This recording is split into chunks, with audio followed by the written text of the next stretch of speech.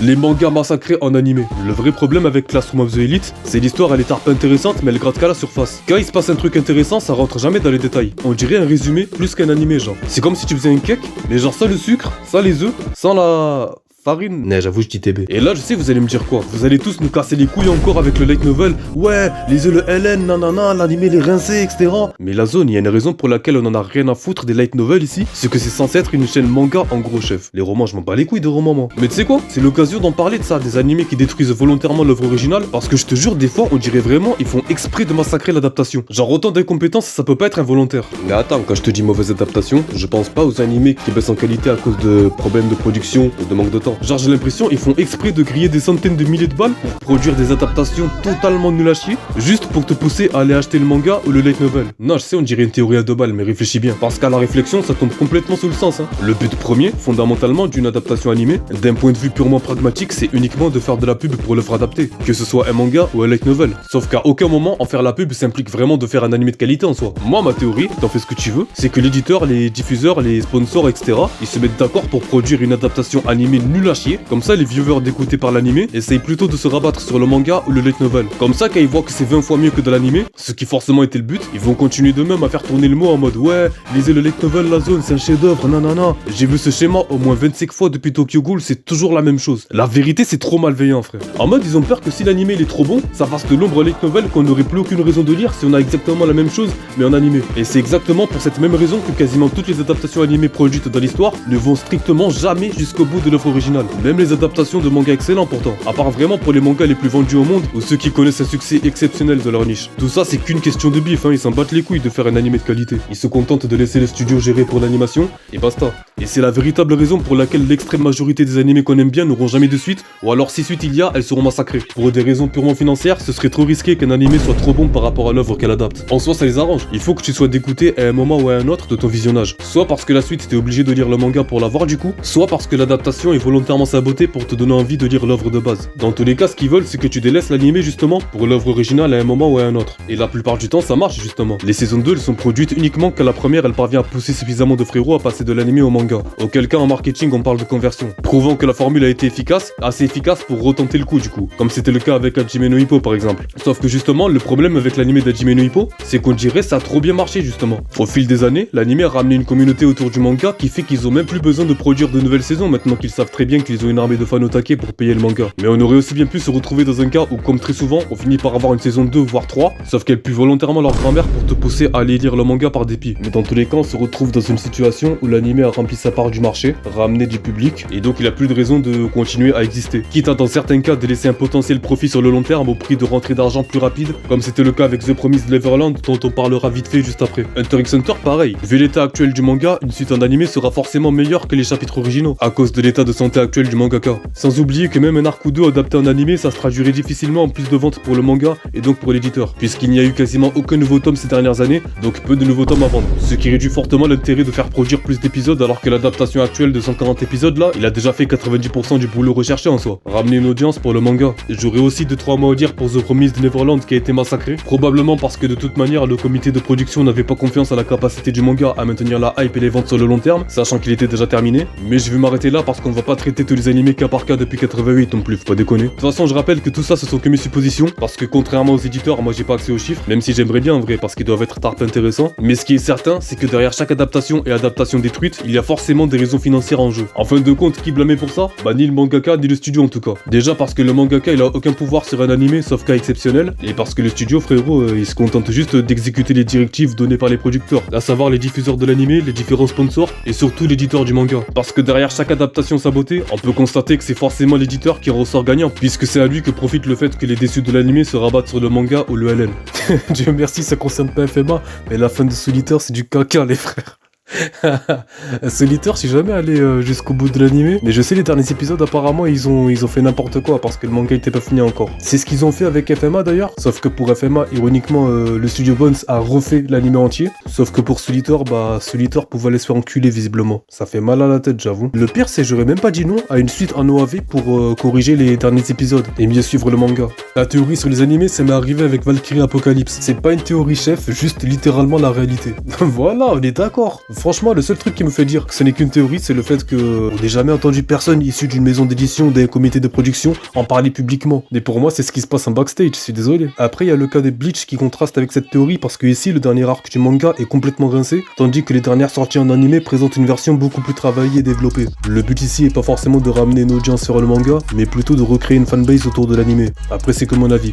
Et tu as raison. Mais c'est justement en fait à ça que je pensais quand je disais à part pour les mangas les plus vendus au monde, parce que vraiment il y a que les mangaka qui pèsent déjà qui peuvent se permettre de s'impliquer dans le processus de production de l'animé. Comme c'était le cas avec Isayama, parce que ouais, même avant l'animé, SNK c'était déjà un carton au Japon. C'était un raz-de-marée. Et donc t'avais le réalisateur de l'animé qui consultait souvent Isayama Sensei pour lui demander son avis sur le travail d'adaptation qui était en cours. Mais ça voilà, c'est vraiment des cas exceptionnels. Même des mangaka d'exception comme Nishio Ishin dont j'ai jamais parlé encore mais dont je parlerai Inch'Allah, vous inquiétez pas, il s'implique strictement jamais dans ses adaptations animées. Il laisse les frérots gérer en partant du principe que qui gère quoi. J'aime pas les nouvelles, ça casse les couilles de lire des romans. Merci, merci, par pitié.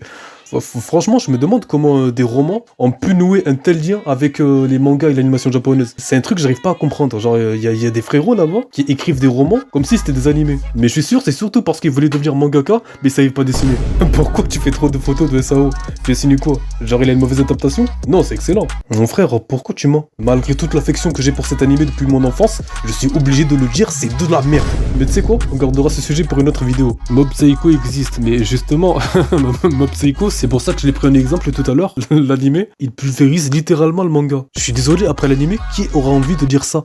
Vraiment. L'animé il est censé faire de la pub pour le manga, mais personne va avoir envie de lire ça. Je crois que Jojo est le seul manga qui a l'animé qu'il mérite. Mais Jojo, même l'animé, il est pas parfait, je te jure. La partie 1, frère...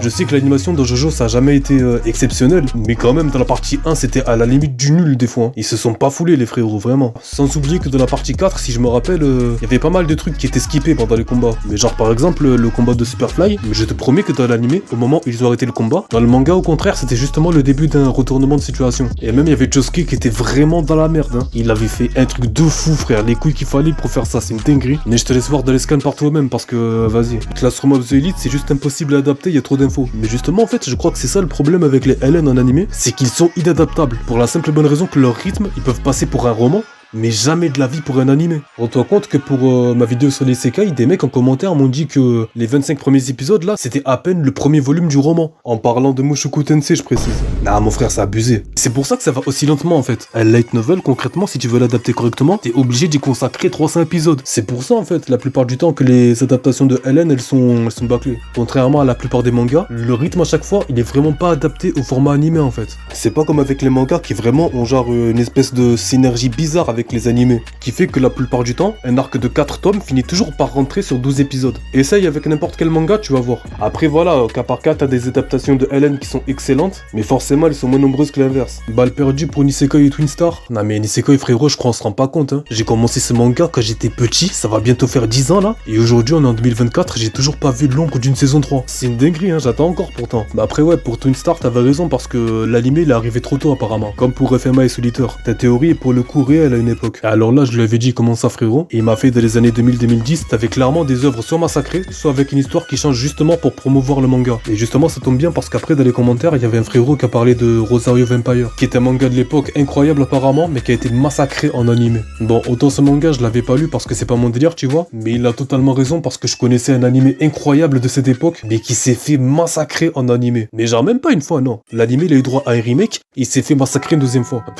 Est-ce que c'est normal? Alors que le manga niveau baston c'était incroyable hein. Franchement j'arrive pas à comprendre. Je me remettrai jamais de l'adaptation de Yuki Holder. Ça tombe bien parce que Yuki Holder c'est la suite du manga dont je te parlais juste avant là. Et pareil en animé c'était de la grosse merde. J'ai jamais vu ça. J'avais envie de pleurer quand j'ai vu ça. Mais de toute façon c'est de manga aussi, je compte leur dédier une vidéo. Inch'Allah bien entendu. Maggie, The Promised Neverland, Drug Center. Des animés qui auraient pu détruire internet mais on va devoir se contenter du manga. Mais vraiment, mais moi ce qui me fout le seum le plus c'est The Promised Neverland. J'arrive pas à croire qu'on ait pu se faire chier dessus comme ça. Moi ce que j'aimerais savoir vraiment c'est qu'est-ce qu'elle en a pensé la frangine qui écrit ce manga.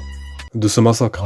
Ouais, attends, j'ajoute cette partie après le montage parce qu'en fait, j'ai une deuxième théorie. Dans la première théorie, on a vu pourquoi l'extrême majorité des adaptations animées seront toujours inférieures à l'œuvre de base d'une manière ou d'une autre, pour donner une raison aux viewers de payer cette dernière. Mais en fait, ça s'applique uniquement dans le cas où la stratégie de l'auteur, elle tourne autour du manga. Car le manga uniquement se trouve être le centre du moteur si tu veux, comme dans la plupart des cas. Mais qu'est-ce qui se passerait si en fin de compte, c'est l'œuvre originale qui ne devient qu'un simple rouage de la stratégie? C'est-à-dire que dans ce cas, le manga devient en fait juste le départ d'une grande licence qui s'étend sur plusieurs médias et formats, qu'ils soient littéraires, audiovisuels ou même ludiques, comme c'est le cas de Yu-Gi-Oh! Ou Dragon Ball. Bah dans ce cas, l'avantage pour nous, c'est que l'œuvre originale ne devient comme l'animé, plus qu'un simple moyen de te faire rentrer dans la licence plutôt qu'une fin en soi. Ce qui fait que l'éditeur n'a plus de raison de faire saboter outre mesure l'adaptation animée. Qu'ils peuvent donc choisir de rendre aussi fidèle au manga qu'ils le souhaitent et le faire continuer aussi longtemps que possible, contrairement à l'extrême majorité des animés sur le marché. Sauf que l'inconvénient, c'est les fortes chances que le côté industriel de la licence prenne le dessus sur l'œuvre en elle-même, et se retrouve à enchaîner les productions et les suites de qualité douteuse pour continuer à faire tourner la machine. Jusqu'à dans le pire des cas, carrément lasser le public à force de forcer, car ils perdent pas juste le contrôle de la hype. Allez hop, ça c'était pour les licences de level 5.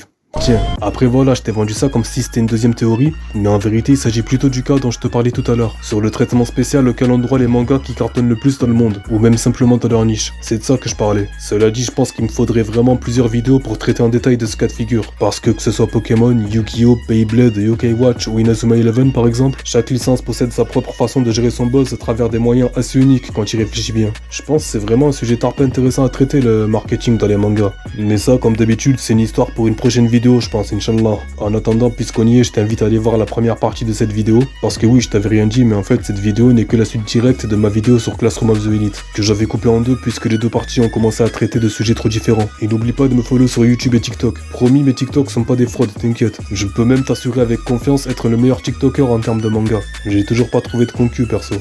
Rejoins la JajaBox.